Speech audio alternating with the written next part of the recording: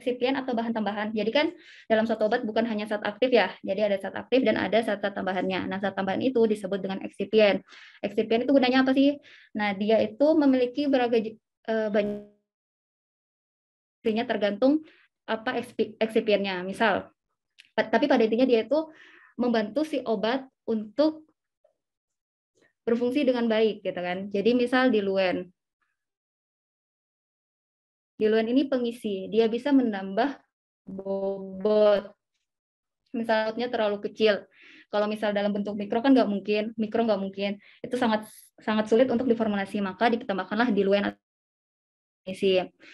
Nah, pengisinya itu bisa dilihat ada avisel, ada mikrokristalin MCC, ada amilum, manitol, sukrosa, glukosa, dextrosa, laktosa, kalium sulfat, dan karbonat. Nah, kadang permasalahan dan itu, kadang kita nggak akrab sama namanya, kemudian kadang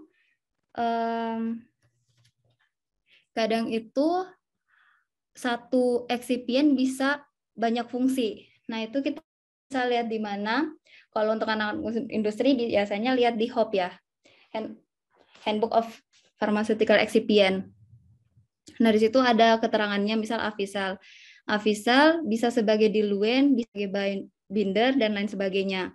Yang membedakannya itu apa? Itu tergantung dari persen bobotnya. Jadi misal kalau dia sebagai diluent, itu pasti persen bobotnya lebih besar.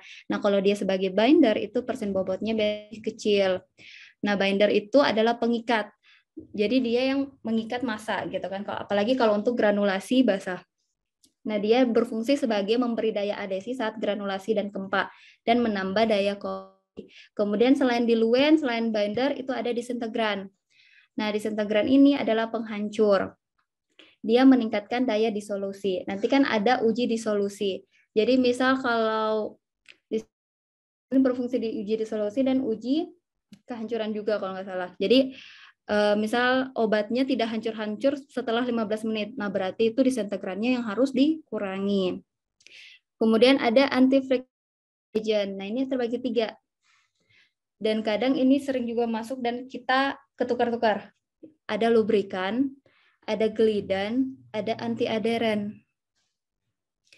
Nah, kalau misal kan dia itu mengurangi friksi dinding die untuk mencegah pelekatan di punch ketika pencetakan. Nah, sedangkan kalau untuk glidan atau pelincir, dia itu menambah daya alir. Misalkan, kan kalau kita mau mencetak itu dia harus mengalir kan. Nah, kalau misal dia terhambat, kan otomatis mesinnya tidak ada yang di punch, tidak ada yang ditekan. Itu berarti pengerjaannya akan stop gitu kan. Jadi dia itu harus ditambah dengan glidan atau menambah daya alirnya. Kemudian yang ketiga ada anti-adheren. Dia ini mencegah pelekatan di die atau punch ketika penarikan setelah cetakan. Jadi setelah dikempak kemudian ditarik lagi. Nah, biasanya kalau dia ini dia ada yang melekat, berarti itu anti-adherennya kurang. Nah, tapi kalau itu biasanya alhamdulillahnya nggak akan muncul ketiganya gitu kan. Jadi biasa ada yang melekat. Nah, apa yang harus ditambahkan biasanya itu pasti salah satunya aja. Lubrikan atau anti. Nah, kalau glidan itu udah pasti sih, udah pasti kalau misal untuk menambah daya alir berarti glidan atau pelincir. Nah, kemudian ada wetting agent, dia itu sebagai pendispersi, ada agen pendapar.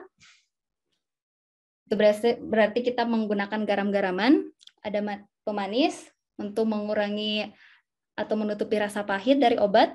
Itu kita biasa menggunakan sukrosa, manitol, atau laktulosa.